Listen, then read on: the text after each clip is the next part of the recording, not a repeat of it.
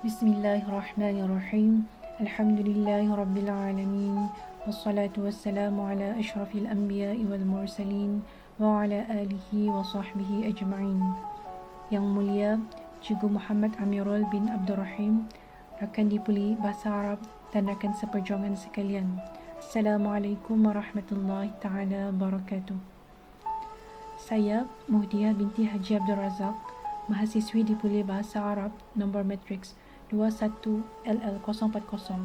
Pada hari ini akan meresensi sebuah buku yang dikarang oleh Robert Greene, iaitu The Loss of Human Nature.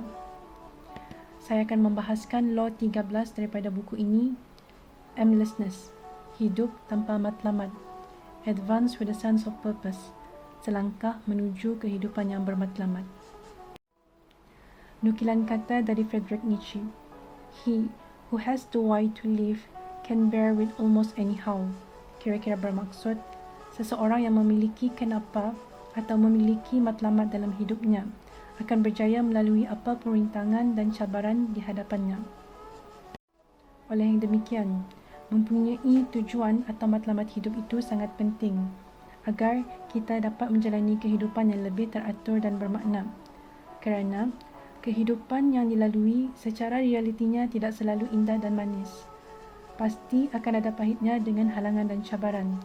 Namun, berbekalkan matlamat yang jelas dapat memacu seseorang itu untuk menjalani kehidupan dengan tenang dan yakin.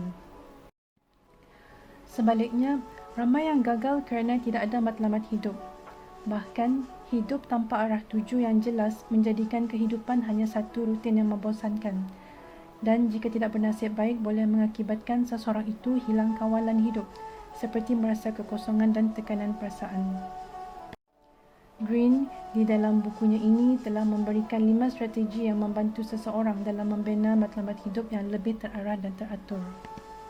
Pertama, kenal pasti keperluan dan keinginan.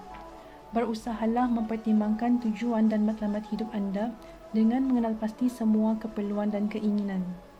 Kedua, tangani ucapan negatif.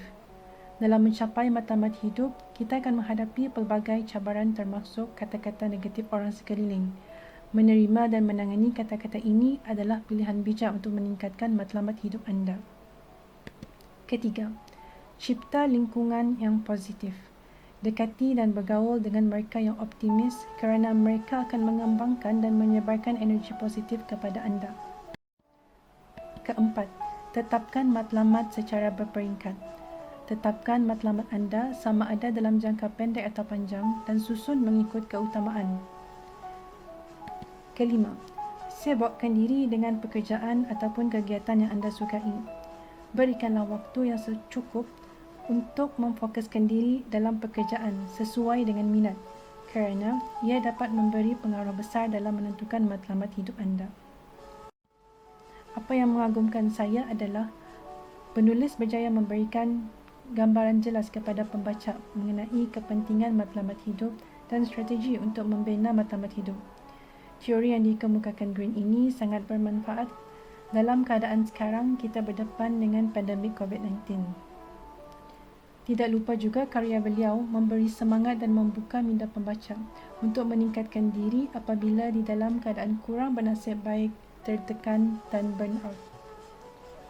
Penulis juga menggunakan reverse psychology dalam teorinya, bila mana sering berlegar di kalangan kita untuk mengabaikan kata-kata orang sekeliling. Sebaliknya, loss ini mengajar untuk cuba menangani ataupun menghadapi kata-kata negatif dengan bijak sebagai satu motivasi untuk membina matlamat hidup. Manakala dari sudut negatif, penulis menampilkan ramai personaliti dalam penceritaan, sedangkan adalah lebih baik jika penulis menampilkan seorang personaliti sahaja agar pembaca dapat menghayati sekaligus memahami teori yang cuba disampaikan. Sebagai kesimpulan, adalah menjadi tanggungjawab kita sebagai seorang Muslim untuk menyedari matlamat hidup sebenar adalah beribadah kepada Allah Subhanahu Wa Taala, seperti mana di dalam surah Adz-Dzariyat ayat 56 terjemahannya berbunyi, dan aku, yakni Allah, tidak menciptakan jin dan manusia melainkan supaya mereka menyembahku. Yang dimaksudkan dengan menyembah di sini, mengabdikan diri kepada Allah dengan melakukan segala suruhan dan meninggalkan larangannya.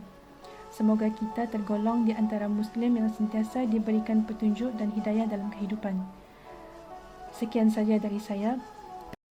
Terima kasih atas perhatian yang diberikan. Semoga bermanfaat untuk semua.